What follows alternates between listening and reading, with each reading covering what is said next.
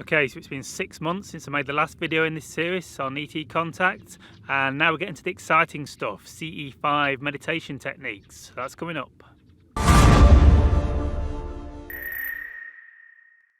Okay, so CE-5 meditation techniques, it stands for Close Encounter of the Fifth Kind, a human initiated contact scenario. It's sort of like Close Encounters of the Third Kind, like the movie where you have contact with extraterrestrials. Close Encounters of the Fourth Kind, I think, represents like an abduction scenario, like where the human is taken sort of on the ET behalf. But the Close Encounters of the Fifth Kind represents human initiated contact, so that's what we're going to discuss today. So I first got into these techniques from studying Dr. Greer. So Dr. Stephen Greer is really the guru of this. He created this protocol himself, and I highly suggest you check out his work and his website. So you've got I think his main website now is seriousdisclosure.com. He's also got cseti.org, the Disclosure Project. You've probably heard of him, he's quite well known. So it's involved, this is what I used to create my first contact scenario myself. What I was doing was I originally started doing it in my bedroom at home at my parents' house, and what I would do is I would generally lie in my bed because I wasn't very proficient in meditation those days. But if you're good at meditation, you can do it in a sort of lotus position maybe, or just sat cross-legged or on a chair, sat with an erect spine. It's probably a better way to do it, but you can do it lying down also. It helps. The problem is when you're lying down you can fall asleep and get drowsy, and the idea is to become more alert. That's why you have an erect spine when you're meditating, because it stops you from becoming drowsy. It keeps you alert, it aligns your chakras and allows the energy to flow through you more naturally, keep you in an alert state. So the protocol that I used was I sort of made it myself, because Stephen Greer wasn't sharing his techniques so openly for free as he does now. So you can actually get all this information for free from Dr. Greer. There's some apps you can download for your Android phone and your iPhone. There's the Contact app, and also an app for connecting with like-minded people on the planet. So check out Dr. Greer's apps, and they're awesome. And they can also show you some of the contact protocols, and there's also like some sounds on the Contact app. It's only about $5, the other app's free, but for the Contact app there's some sounds, like some that they recorded in a crop circle in England when they had a contact experience, and some other sounds that you can use and you can play, sort of attract the ETs into your reality and tune into their vibration. And I know Dr. Greer also used lasers. Be careful pointing lasers in the sky, because it's illegal to point a laser at an aeroplane. You can cause it to crash, so be deadly careful if you're using lasers. But you can use lasers to pinpoint them into your location. I've not used it myself. I found that the meditation technique was good enough in itself. I think the more you connect with them, the more they can zone in on you naturally, but certainly I'd look at using lasers.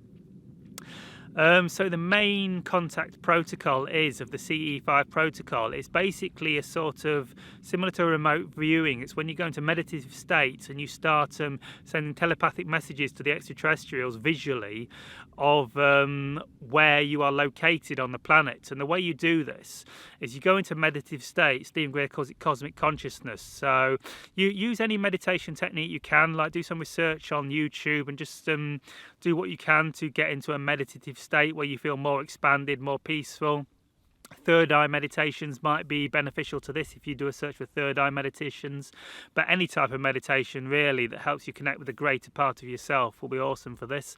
And especially if you've been doing spiritual practice for a while and you can enter that state of like an expanded consciousness where you feel one with the universe and you feel yourself expanding, that's ideal. That's what we want, because that's how we connect with them. When we understand that we are one with all of creation, we understand that we are one with the extraterrestrials, and that's how we can contact them, because everything is this here and now within our own consciousness, including the ETs. So when we enter this meditative state, that's how we contact them. So the general procedure is as follows. You need to start off by zoning them in to our galaxy first, or our segment of the universe. If they're out of the galaxy, which probably a lot of them aren't, but you can certainly start with this and it'll help make the connection. If you can visualize the Milky Way galaxy, get a picture of the Milky Way galaxy up on the internet and then visualize it, and then you can transmit that. And the idea is to go into a meditative state and then start visualizing these images in your mind's eye. So first of all, what you do is you like visualize our galaxy. And actually what I did first was I started connecting with the image of a grey extraterrestrial. Anything that can brings up the idea of extraterrestrial contact. I mean, possibly if you're more interested in connecting with the blue avians like Ra, or the Pleiadians, the Arcturans, look up some images of those. But I was very much into the grey. In fact, it was the only ET I knew existed at the time. I didn't know much about them. And that's perhaps how I attracted Bashar into my reality. But that's another story. So first of all, raise the image of an extraterrestrial in your mind's eye after you've entered a state of cosmic consciousness through meditation. And then perhaps visualize something like a flying saucer or something. This is what I was doing to sort of like connect with the extraterrestrial consciousness. And after you've done this, start visualizing the Milky Way galaxy, our segment in the universe. And you're sending the message to the ET, this is the galaxy we exist in. And from there, start visualizing our solar system. So look at some images of our solar system and remember them, and visualize our solar system.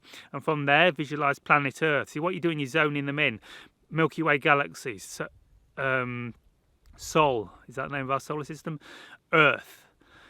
And after you visualise Earth, then sort of visualise the country you live in. Visualise an image of your country, for me, the United Kingdom. And then if you can sort of visualise an image of you zoning in on the part of the country, for me, it's the east coast of Lincolnshire.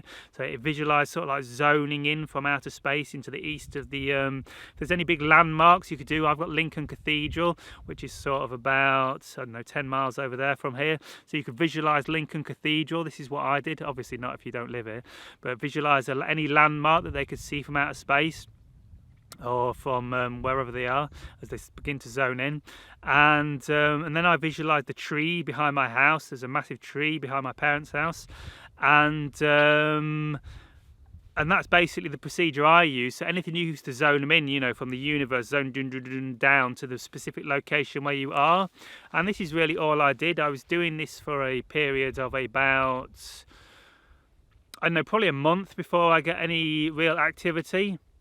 See, the idea is that you go out and hopefully you'll bring them in that day, especially if you're out in nature. It's better to be, obviously, rather than in a house in the city. I mean, I was more in the country, but I was near a military base, and it sort of attracted a lot of aircraft activity. There was one time, about the third time I had the sighting, it ended up with like these fighter jets circling the area the whole night. It was a bit crazy. So try and get away from military bases if you can. It's pretty hard in the UK when you're out in the country, because they're sort of dotted everywhere, but certainly in the States it's a lot easier. I know Joshua Tree National Park is a very famous place for doing contact. That's where Stephen Greer does a lot of them. I've seen people do great shots of the night sky, so I presume it's very remote out there. But yeah, ideally remote location, and hopefully you'll get some like contact the first time you do it. But for me, I just kept doing it repeatedly over a few weeks, and it was about 3 or 4 weeks. I was just doing it from my house before I got some interesting experiences happening with lights in the sky. I had a series of 3 of them. I'll maybe make a video about that another time. But so that's the basic idea. And where it goes from here, who knows? Infinity and beyond. So if you want any more information on this, comment on the comments below and let me know what I can share to take this a bit further. So I'll be making another update soon, taking this a bit deeper. So have a wonderful day, Shivai. I hope you make contact with some extraterrestrial civilizations, or at least some weird, bizarre lights in the sky, which is tend to what's to happen first. So have a wonderful day, Shivai.